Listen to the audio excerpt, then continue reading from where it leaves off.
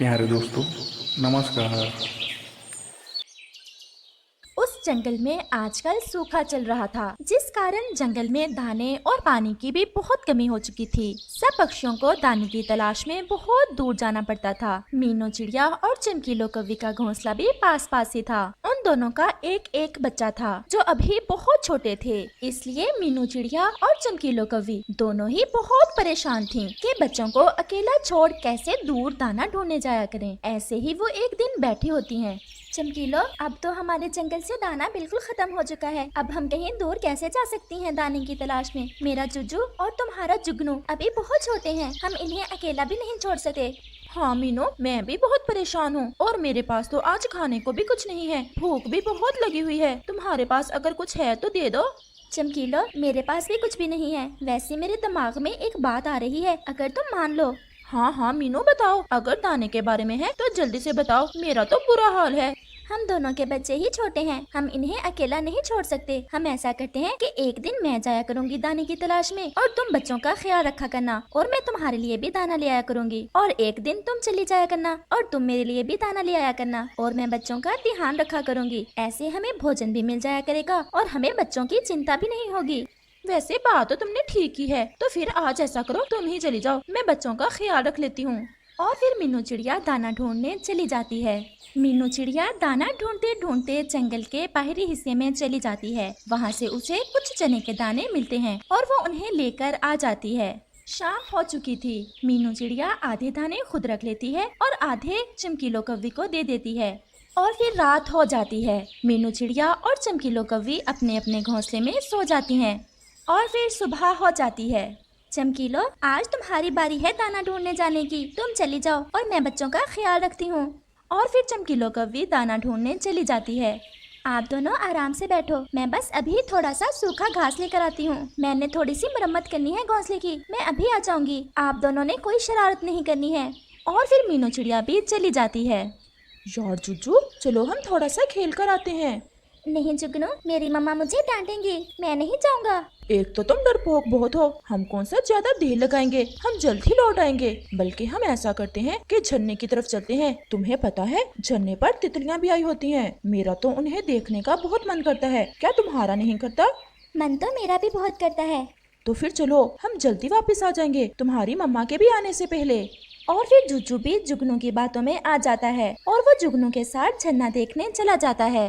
वो दोनों उड़ते उड़ते एक पेड़ पर बैठ जाते हैं। जुजू, तुम यहाँ बैठो, मैं अभी आता हूँ रास्ता देखकर, कहीं हम गलत दिशा में तो नहीं आ गए। और जुगनू वहाँ से चला जाता है और जुजू वहीं एक पेड़ पर बैठ जाता है। जुजू को वहाँ बैठे काफी समय बीत गया था, लेकिन जुगनू अभी तक वापस नहीं आया था। दूसरी तरफ मीनू चिड़िया जब सूखा घास लेकर वापस आती है तो वहाँ बच्चों को ना देख बहुत परेशान हो जाती है। ये जुगनू और जुजू ना जाने कहाँ चले गए हैं। मैं उन्हें मना भी करके गई थी कि बाहर नहीं जाना, वो फिर भी चले गए। और फिर मीनू चिड़िया उन्हें ढूंढने चली जाती है। वो सारे जंगल में उन्हें ढूंढती है, लेकिन उसे बच्चे कहीं से भी नहीं मिलते। फिर वो जंगल से थोड़ा बाहर जाती है तो उसे एक पेड़ पर जुजू बैठा दिखाई देता है। वो जल्दी से उसके पास जाती है। जुजू, जुगनू कहाँ है? मम्मा, जुगनू पता नहीं कहाँ चला गया। मम्मा, जुगनू मुझे जबरदस्ती अपने साथ लाया था, मैं उसके साथ नहीं आ रहा था। अब वो पता नहीं कहाँ चला गया है। मीनू चिड़िया बहुत परेशान थी। अब अंधेरा भी होने वाला था। वो जुगनू को कहाँ ढूंढती। वो उसी परेशानी में जुजू को साथ लेकर वापस आ जाती है। जब वापस आती है तो चमकीलो कौवी पहले से आई होती है। मीनू, तुम कहाँ चली गई थी? मैं तो कब से आई हुई हूँ। और ये जुगनू कहाँ है? मीनू, तुम कुछ बोल क्यों नहीं रही? मेरा जुगनू कहाँ है? मीनू चिड़िया डरते डरते चमकीलो कौवी को सारी बात बता देती है। तुमने मेरे जुगनू के साथ क्या किया है? जुजू, तुम मुझे बताओ, तुम दोनों ने मेरे जुगनू के साथ क्या किया है? आंटी, आप हमारा विश्वास करें, हमने जुगनू को बहुत ढूंढा है, लेकिन वो नहीं मिला हमें। मीनू, ये तुमने मुझसे कौन सा बदला लिया है? मैं तुम्हें छोड़ूंगी नहीं अगर सुबह तक मेरा जुगनू ना मिला। और फिर ऐसे ही रात हो जाती है। मीनू चिड़िया और चमकीलो कौवी दोनों ही अपने अपने घोंसले में जाग रही थी। अगर मेरा जुगनू ना मिला तो मीनू, मैं तुमसे बदला जरूर लूंगी। तुमने मुझसे मेरा बेटा छीना, जो तकलीफ तुमने मुझे दी है मैं भी तुम्हें यही तकलीफ दूंगी। मीनू चिड़िया भी सारी रात जाकर प्रार्थना करती है कि जुगनू मिल जाए। और फिर सुबह हो जाती है। मीनू चिड़िया सुबह होते ही जुगनू को ढूंढने चली जाती है, जबकि चमकीलो कौवी मीनू के घोंसले में जाकर जुजू को उठाकर जोर से नीचे फेंक देती है। जुजू का सर नीचे पड़े एक पत्थर पर लगता है और वो वहीं मर जाता है। अब पता चलेगा इस मीनू चिड़िया को जिस तकलीफ से मैं गुजर रही हूँ, अब ये भी गुजरेगी उसी तकलीफ में। मीनू चिड़िया सारे जंगल में फिर से देखती है कि कहीं से उसे जुगनू मिल जाए, लेकिन उसे कहीं से भी जुगनू नहीं मिलता और वो नाराज होकर वापस लौट आती है। मीनू चिड़िया जब वापस अपने घोंसले में आती है तो जुजू तो मरा पड़ा था और चमकीलो आराम से अपने घोंसले में बैठी थी। चमकीलो, ये तुमने क्या कर दिया? मैंने तो तुम्हारे जुगनू को नहीं मारा, वो तो कहीं खो गया है। तुमने तो मेरे बेटे को मुझसे हमेशा हमेशा के लिए छीन लिया। तुम्हें तो ये आशा रहेगी कि कभी तो जुगनू तुम्हें मिल जाएगा, लेकिन तुमने तो मेरी सारी आशाएं ही खत्म कर दी।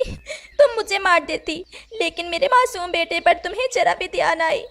चमकीलो, मैं ये जंगल ही छोड़कर जा रही हूँ, लेकिन ये प्रार्थना जरूर करती रहूंगी कि तुम्हें तुम्हारा बेटा जल्द से जल्द मिल जाए और तुम्हें ये एहसास हो कि तुमने मेरे साथ कितना गलत किया है। और मीनू चिड़िया तड़पती हुई वहाँ से चली जाती है और वो चमकीलो, उसे तो बहुत शांति मिल रही थी मीनू को ऐसा रोता देखकर।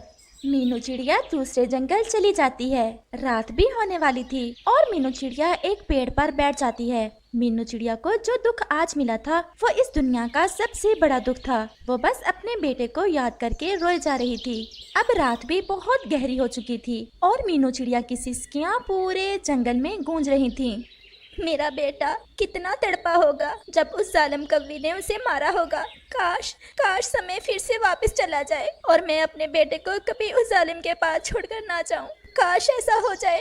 मीनू चिड़िया रो रही थी। फिर अचानक से उसे अपने सामने वाले पेड़ के पीछे किसी पक्षी की परछाई दिखाई देती है। मीनू को एकदम ऐसा लगा जैसे वो जुगनू कौवा हो। मीनू चिड़िया तुरंत वहाँ जाती है। वहाँ तो सच में जुगनू कौवा छुपा बैठा था। कौन है आप? मुझे मत मारें। जुगनू मैं हूँ मीनू, और तुम यहाँ कैसे?